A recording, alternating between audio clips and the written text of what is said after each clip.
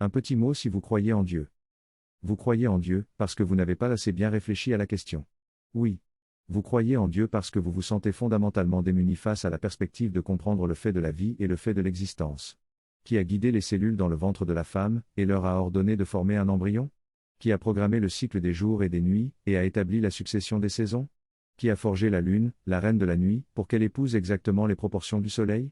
Qui a inscrit dans les cellules, le plan nécessaire pour que celle-ci devienne le foie, et pour que celle-là devienne le cœur? Qui ouvre au matin les yeux de celui qui s'est endormi, sans avoir été conscient de l'instant exact du passage de la veille au sommeil? On aurait dit qu'une main invisible agite les fonds marins et règle aussi bien les vagues que les marées. Et que dire du miracle de la graine qui meurt dans le sol et qui se transforme en bourgeon émergeant timidement de l'humus? Vous croyez en Dieu, non pas en raison d'une profonde compréhension de la vie et de l'existence, mais bien au contraire en raison d'une profonde ignorance de ce que peut être la nature réelle de la vie et de l'existence. Oui. Vous croyez en Dieu parce que vous êtes émerveillé devant des évidences mystérieuses. L'enfant qui va naître, a nécessairement un père. Le palais qui a surgi du sol en 3 révolutions de la Terre autour du Soleil, n'est pas né de lui-même, il y a nécessairement un architecte qui l'a pensé et qui a présidé à sa naissance. Serait-il dit qu'il y aurait des choses sans père et sans architecte? Quand vous contemplez la danse d'un banc de poissons rapides, et quand vous contemplez le scintillement d'un groupe d'étoiles amies, vous êtes certain de voir en filigrane la main d'un père absolu, le souffle d'un architecte absolu. Rien ne naît de rien, il n'y a pas une seule maison qui ne soit l'œuvre d'un artisan, il n'y a pas une seule horloge qui ne soit l'œuvre d'un horloger, et il n'y a pas une seule étoile qui ne sorte de la main de Dieu. Parce que vous allez à la rencontre de l'existence du cosmos avec votre sensibilité, et non avec votre raison, et parce que vous faites parler votre mental en essayant de faire croire qu'il s'agit de votre raison, vous ne pouvez vous empêcher de penser qu'il y a nécessairement un créateur à tout cela. Vous croyez en Dieu, non en raison d'une profonde réflexion impliquant le meilleur de votre raison, mais en raison d'un profond ébranlement de votre sensibilité, qui vous interdit de penser autrement que dans les termes d'une fausse évidence. Vous ne pouvez faire autrement que d'y croire. Le cosmos a nécessairement un créateur, et c'est ce créateur qui a établi les forces qui régissent l'univers et leur a assigné leurs ordres de marche. La rondeur des planètes et le cœur en fusion des étoiles, le chapelet des constellations célestes et la régularité des cycles cosmiques, la transparence des aubes chaleureuses et la pureté du ciel de jour sans nuages, tout cela est un témoignage de l'œuvre du Créateur.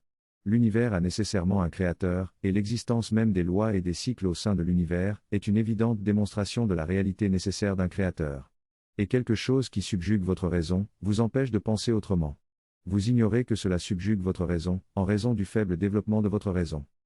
Parce que vous ne naviguez pas selon la raison, mais en réalité selon l'ébranlement de votre sensibilité, vous faites le voyage depuis l'émerveillement mystique qui vous fait adhérer sans réserve à l'idée évidente de l'existence d'un créateur de l'univers, jusqu'à l'adhésion à l'idée que ce créateur se serait penché à l'oreille de l'humanité et aurait dicté ou inspiré un livre sacré, qui serait ainsi sa parole.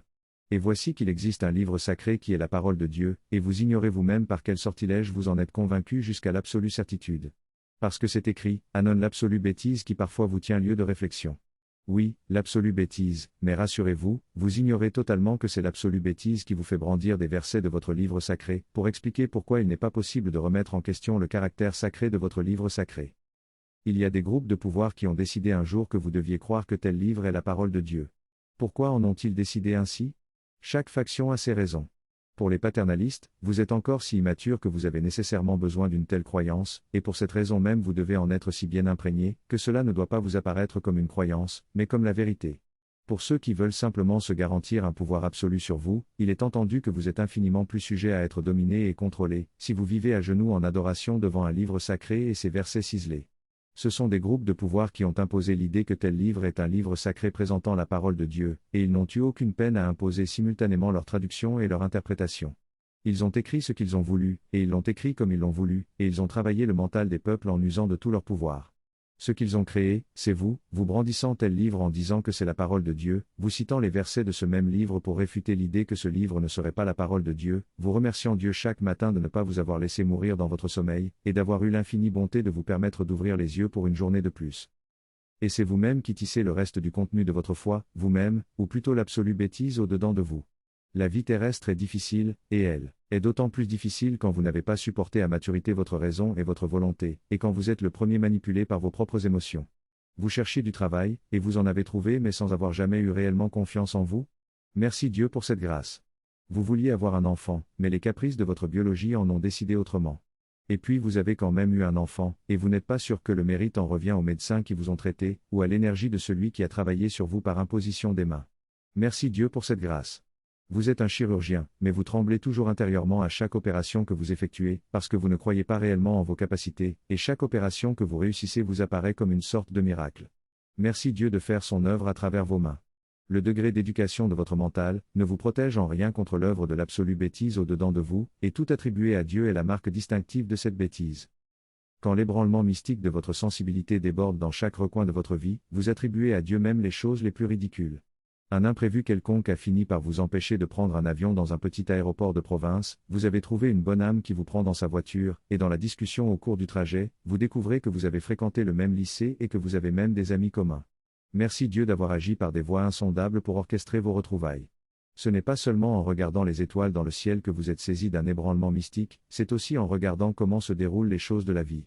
Vous ne comprenez pas ce que c'est, cet ensemble d'interactions sociales desquelles surgissent des coïncidences et des synchronicités, des rencontres heureuses et des inopinées magnifiques.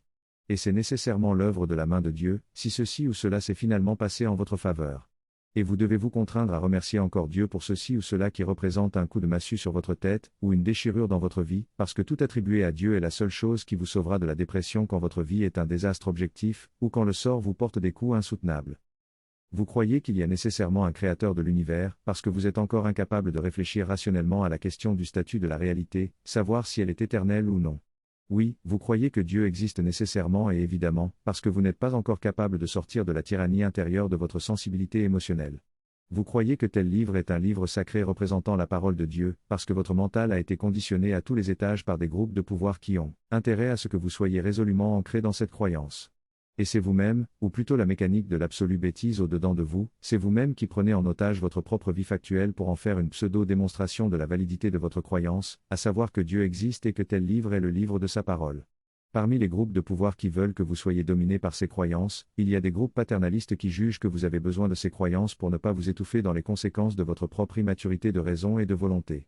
Et en vous voyant vous accrocher à ces croyances avec l'énergie du désespoir, il faut admettre qu'ils ont raison. Vous voulez seulement être heureux dans votre vie terrestre, et vous voulez seulement être rassuré que les choses iront bien pour vous après votre passage sur cette planète.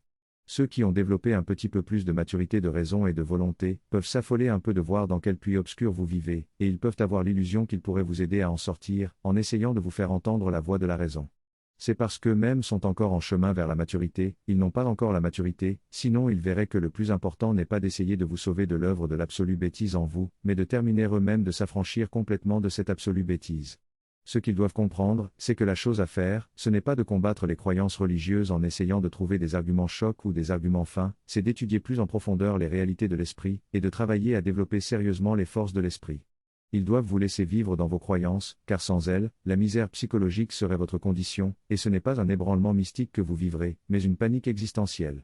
Après tout, les croyances religieuses vous ont sauvé de la superstition. C'est-à-dire que la croyance en Dieu vous protège des millions de peurs qui sont tapies en vous et qui pourraient vous submerger quand vous pensez aux sorciers, aux mauvais esprits, aux ennemis, aux puissances démoniaques, à la magie noire, au mauvais œil, etc. Accrochez-vous encore davantage à la croyance en Dieu, vous en avez profondément besoin.